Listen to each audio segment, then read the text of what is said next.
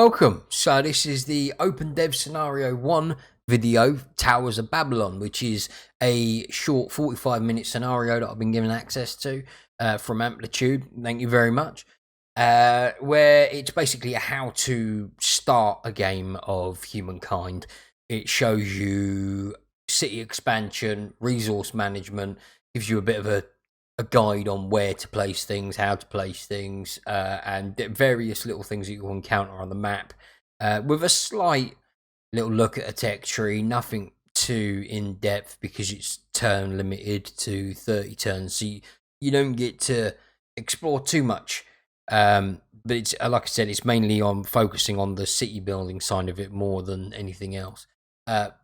Runs very, very well from what I've played. I've given it about 6-7 attempts now, so I've got a good 3-4 hours out of this little scenario, just messing around and seeing what I can do and trying to explore the whole map that you're given in one go, which I was almost successful with. I'll give myself a pat on the back, given the fact I only decided to do it halfway through the amount of turns. So probably could explore the entire thing in the 30 turns, I reckon. But I think that's really all I can say on it. Let's just jump straight into some footage of it, and we'll see what we think, shall we?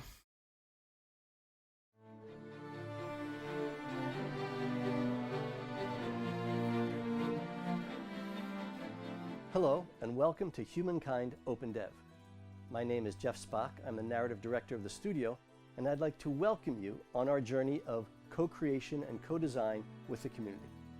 Amplitude has been doing this for about 10 years, but with Humankind, we wanted to do something a little new and a little different.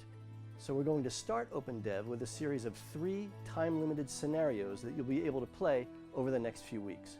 Now, obviously, Humankind is a much bigger game. These scenarios are specific to OpenDev and are tailored to show and get feedback on just a very limited set of features and mechanics that will be part of the final game.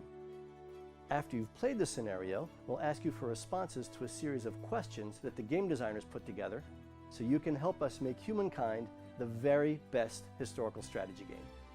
We're looking forward to hearing from you. We hope you enjoy playing the game. Together, let's see how far we can push Humankind. Right, so let's have a little look at some gameplay, shall we? This is the Towers of Babylon scenario, as I mentioned. So it says, let me tell you the story of this glorious city, how it began, how it expanded, how it thrived. Long ago, Babylon was little more than a dusty square and a smattering of market stalls, but its people had big dreams. Grow Babylon, explore its environs and settle new lands, expand and fortify the city. The fate of Babylon is in your hands. The objective, raise a great city of many souls, protected by many armies, and whose influence stretches into new. So that's basically it. As I mentioned, this is a very set scenario to how to start Humankind once you've picked your first culture. We have Babylon, which is on a very pretty location, and my god, I love how this map looks. Kind of like an oil painting. So nice. And yeah, so we'll start off. We'll pick a food facility thing. What's it? Farmer's Quarter. There we go. So it gives food essentially, and it gave us a nice little tooltip saying +7 food, which was pointing out the best location to place this. It'll do similar with each one that you get. So you get one for science, you get one for money, you get one for industry, and it'll give you a little pointer as to, look, this is the best location, try chuck it down here. Also, the city has different policies, so you can set it to be more focused on growth, so the population will be automatically placed into food and industry first of all. Economic exports, which will focus on the economy and industry. Public control, which is basically stability and food, and then gold, science. Or you can drag and drop when you have more than one person. I can drop them into industry, I can drop them into money, or I can keep it in the food area, which I'm going to do because obviously growth for the city is the most important thing to begin with. We got our scouts, and the first thing I'm gonna do is I'm gonna go and have a look at this little magnifying glass thing here, which is giving us 5 science for discovering some animal remains. The second thing I'm going to want to do, as quick as I can, I am going to want to build an outpost in this territory because it has some resources that we can start taking advantage of. Mainly this one here, the salt, because it's a luxury. We don't need any technology to farm this, whereas the copper up here, we do need a specific technology to be able to make the most of that resource. And then it's, yep, research. So we need to pick out, we'll go with calendar because it's giving us science. I like science. Science is fun. And end the turn. I'm not sure how much of this I'll show off because it does become very repetitive after about 10 turns because there's not a whole lot. Speak, bear, speak. There's not a whole lot that you can really do in this. You kind of get the gist of go explore things, set up an outpost, get some soldiers if you can, kill off some animals. And that's really the basis of this scenario, which isn't a bad thing. It's kept limited, so it means that you can focus on what they want you to focus on, and you can give the feedback that they're going to really need for this. So I don't fault it in that sense. And then obviously, you're not limited to only one go. You can have multiple turns and like multiple tries at this, so you can do different things with each one. And something that we've encountered is a sanctuary, which is an area which will produce units, and by units I don't necessarily mean soldiers. This produces actually animals, so you'll see deer, mammoth, and bears. I think possibly wolves are in the build. I don't think wolves are in this particular scenario. But you can encounter bears, you can encounter mammoths, and you can hunt them, essentially, and you'll get something from beating them. Obviously, deers are going to be a lot easier to take down than mammoths or bears. They can give you a hard time, but we'll discuss that if we come across it, I suppose, is the best way of looking at this, because I'm terrible at this rambling business. So what I'm going to do, heading these guys over to the sanctuary, and then we're going to ransack. What ransacking does is it'll destroy the sanctuary, stop anything from spawning, but we get 22 gold for doing that. And that's pretty much all I can do in this instance. Once we've got 70 gold, we will, or money, the logical thing. Once we've got 70 money, we will build on the salt deposit, and we can start mining that to help us out a bit more. Just keep exploring. See, look, there's a mammoth, and I don't know. We're gonna brave it. We're gonna brave poking the mammoth and see what happens to us. Over this way. May even leg it. Oh no! Confirmed battle. Here we go. So we've got a battle. We've got our first little thing.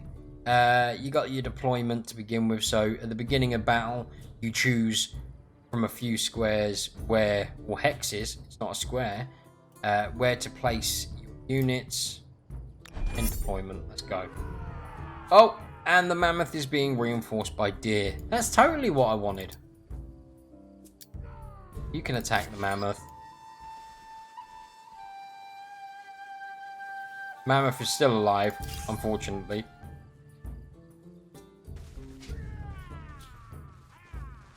So is the deer. Oh dear, we're not doing well. So now the mammoth is just ploughing through us. The deer will do the same as well, probably reposition to flank us. Which isn't fun, because in this, flanking and terrain does affect combat. So if you have the high ground... It's over, Anakin! I have the high ground! Then you do more damage. And you also have higher range, I think. If you're using ranged units on high ground, I think they have an improved range. So the mammoth is probably gonna...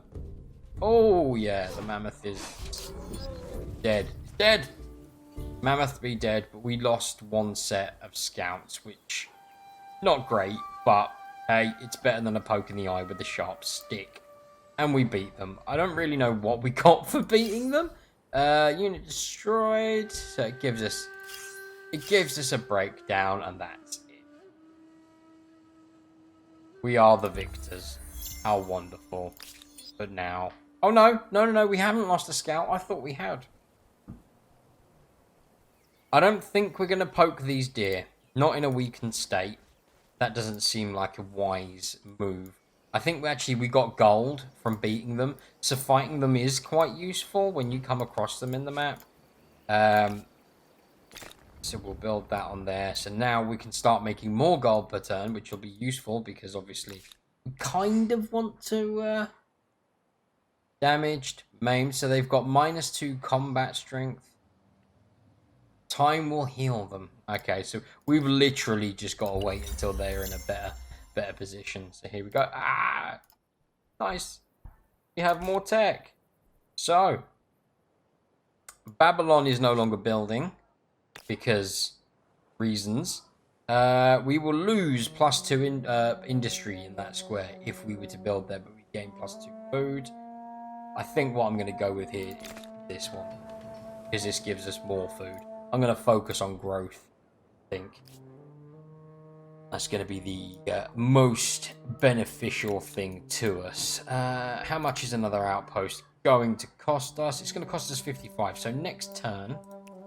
We'll move down here. So then we can take this little bit of territory as well for ourselves. There's another sanctuary up here, so we'll probably go and pillage that to try and get the gold. Again, I don't know how many turns of this I'm actually going to show you guys because, well, let's face it, it's just very much rinse and repeat after a few turns, but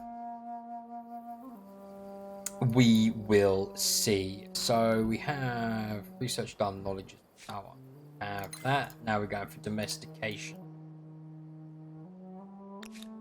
And no, and turn. Go on then.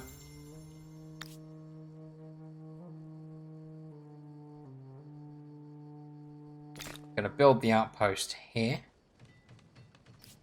So now we've got another nice little outpost. That's it really. I can't do a whole mass amount more. I'm actually going to try to rest these guys up. I'm wondering if waiting is going to help. Potentially. I'm not going to try and poke another mammoth. I think that's showing. Yeah, so we should heal a little bit, I think, next turn. Over this way. That's the hope. Please be nice to me. Please be nice.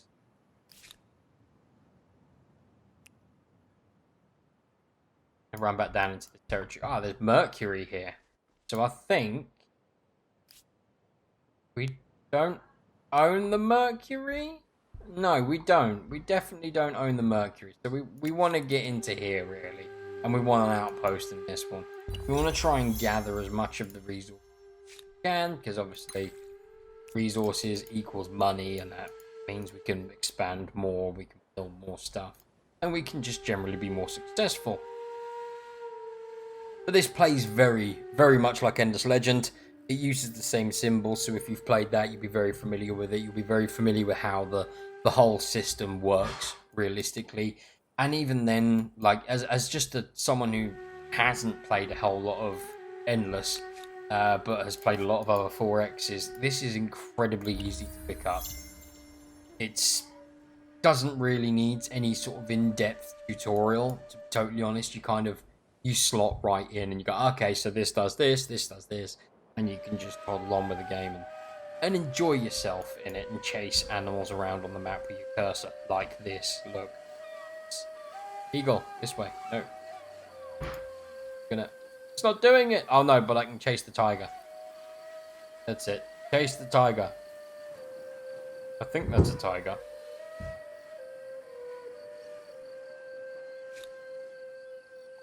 There we go. Come over here. We build another outpost yet. 60 gold. That's not fair. So I think that's pretty much where I'm going to leave it. There isn't a whole lot more I can show you other than exploring this map. It's very much rinse and repeat. You just come across things that are going to help boost you a little bit, which is the magnifying glasses, and you encounter lost tribes or destroyed settlements and that kind of thing. It'll give you a bit of gold, science, and which is rather helpful and can get you out of a little pinch, I suppose, if you had more than one scout discovering them at once. But I think now what I'm going to show you is the plan that Amplitude have mapped out for the OpenDev scenario and how they are, what they're planning with it. So what the next set will entail. Right, so this is the scenario plan that Amplitude have laid out. The first scenario, which you've just seen, Towers of Babylon, is all about the building up of the first city and learning your resources and such thing. Scenario 2 is more about armies, battles, deployments and tactics, which gives you 4 different little battles, which are the longest 30 minutes down to 15 minutes, which you just explore different situations in which, you know, you might encounter in a normal game and how you'd get around them. The third scenario, which is another big one, actually the biggest one of 60 minutes, which is fighting off the Aztecs and the Khyber. You have London and you're trying to defend it as best as possible. I really like how they've done this. They've kind of split everything out. So you get to experience a broad range of what will be in the game without spoiling too much as well. Yeah, and that's about it basically. Scenario 2, I think, don't take my word on this, I think it may kick off from the 6th, which is next week, and that will be really interesting to see, and I'm looking forward to it immensely, and hopefully I will be able to chuck out another little video for you guys when that comes around. But yeah, I've really enjoyed looking at Humankind. It's something that I'm hugely excited for, and I think this could give Civ a little bit of a scare, and I'm hoping it does, because as a historical 4X fan, this is a bloody good game. At least it's shaping up to be a bloody good game. And that's it really. Yeah, so we'll wrap the video up for now, I believe. Right, so that's pretty much it. I really enjoyed messing around with this scenario, and I'm really looking forward to hopefully get my hands on the second set of scenarios, with the main focus on battles, essentially. I've not seen too much in-depth combat stuff. We had a little sneaky video that showed us some of the potential that was coming, but we haven't really experienced it for ourselves just yet, which I can't wait. I really can't wait to get hands on with it, to be totally honest with you. All I can really say, if I do manage to get hold of the second set of scenarios, I will do another video on it. I'll do a live stream like I did with the first scenario, and we had lots of renaming at times with the cities and stuff like that, which was painfully filled with puns because my community are like that. Joy. I thought my dad jokes were bad. I'll leave a link down below for the OpenDev program, so if you want to get involved and you want to try and get your hands on the last 2 scenarios, please feel free to sign up and give it a go. I'll also leave links for my Twitter and my Twitch and Discord, so you can jump in on any of the platforms that I spout a load of random bollocks on. And yeah, that's it really. Thank you for hanging out with me, guys. It's really appreciated. Feel free to subscribe if you enjoy it. Hopefully I'll have some Total War Troy stuff coming up very soon, so keep an eye out for that. And yeah, that's it. Feedback's always appreciated, because I'm still very much on a learning curve with YouTube, and I'll see you fuckers next time. Goodbye.